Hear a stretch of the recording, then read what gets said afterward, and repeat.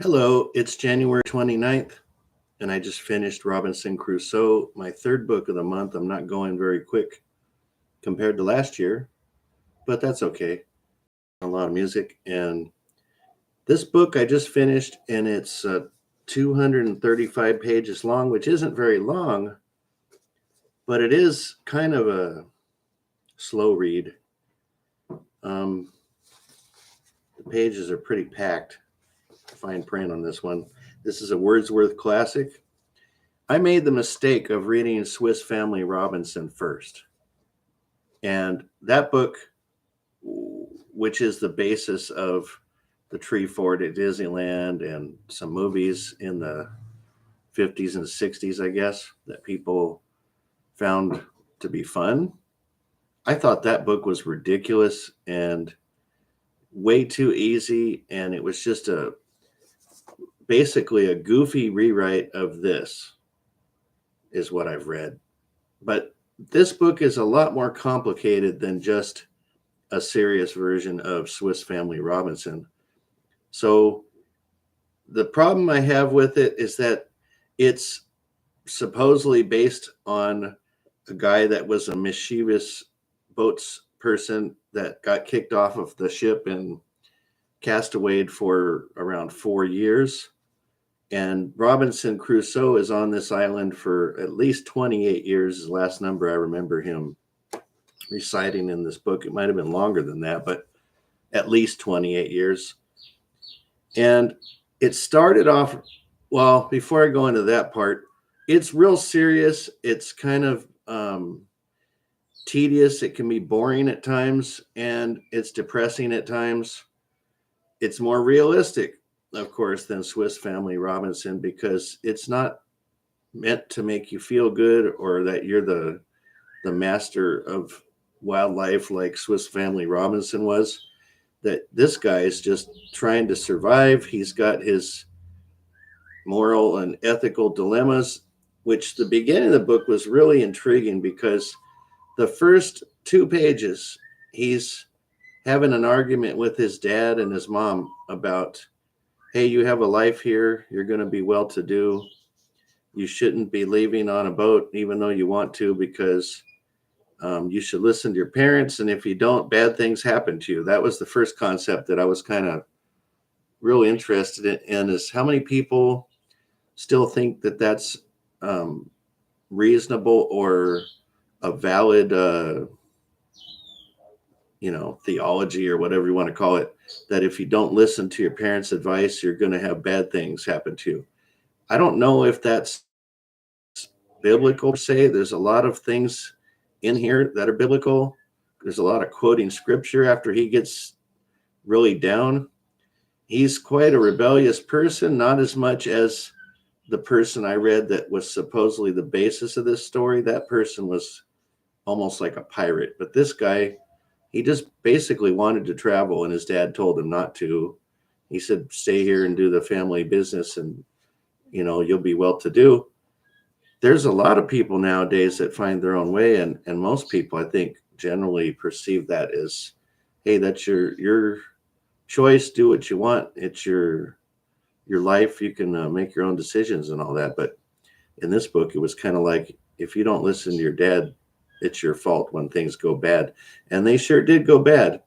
The major, other than telling about him building up his infrastructure and his survival methods, which that's like the first half of the book probably, which can be real tedious and long. It's realistic because you could picture yourself trying to survive stowed away.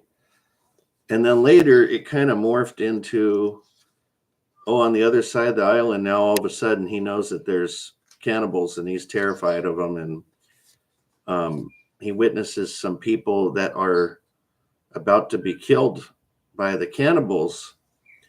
And he basically has the ethical dilemma of, are you your brother's keeper or not? And it's kind of like what's going on now with America. We've got a leader that wants to be isolationist.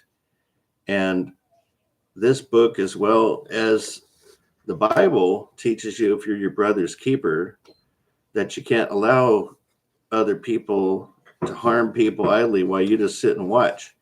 And that was his dilemma. He's over here by himself. He sees a bunch of savages going to murder some couple people.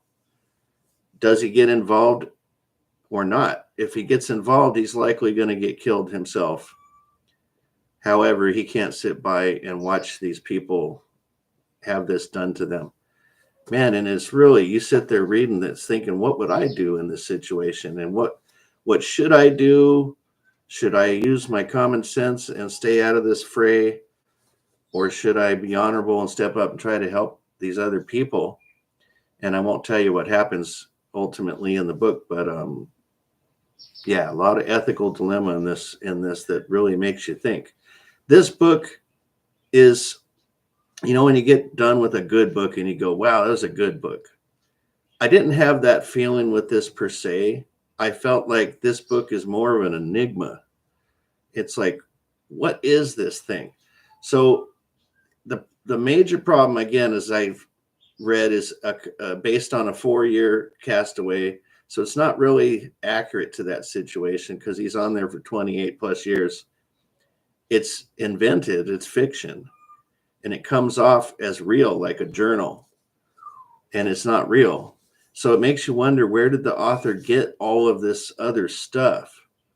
He must have read some Castaway journals and how they survived, but all of the other pieces, you wonder. And at the end, the ending is really, really bizarre. Well, I can't tell you what happens, but let's just say he starts a new adventure. And at the end of this, and I think I had read that there's actually a second book that follows on after this is finished. And I don't know if it would be worth reading and what the point of it would be. But this thing is thought-provoking. It's an enigma. I can see why it's been copied all over the place. Even Tom Hanks making the movie was based on this, where he was on the island with Wilson. I can't remember the name of it now, but not Castaway, I don't think. Lost, I don't remember. But anyway, don't read Swiss Family Robinson probably at all. If you want to read a more realistic version of being lost on an island, this would be the one. Unless you can find journals of actual castaways, they'd probably be superior to this because of some of the situations in it that get kind of weird. He's got Spaniards that show up, and there's island savages, one of whom he becomes befriended with, and somehow they ended up reintroduced to each other later down the road. I don't want to tell you what happens, but yeah, it's just kind of a weird book. It's thought-provoking. I could especially see back when it was written a long time ago how it would hit people perhaps more than it would now. I don't know, maybe it still would. For me, though, I think it's just kind of, it seems almost too fake in a way. Maybe I don't know. Depends on where he got his source material, and I don't know what it is. And they don't really truthfully know who the Castaway was that he based this off of. Could have been several people. I don't know. But that's the problem with this. It comes across as nonfiction, even though it's fiction. And it seems a little ridiculous sometimes not. But the themes in it are thought-provoking. Like, mostly, do I follow my parents' advice, and am I my brother's keeper? What would I do in this dire situation? That's probably the biggest things I got out of it. Thought-provoking.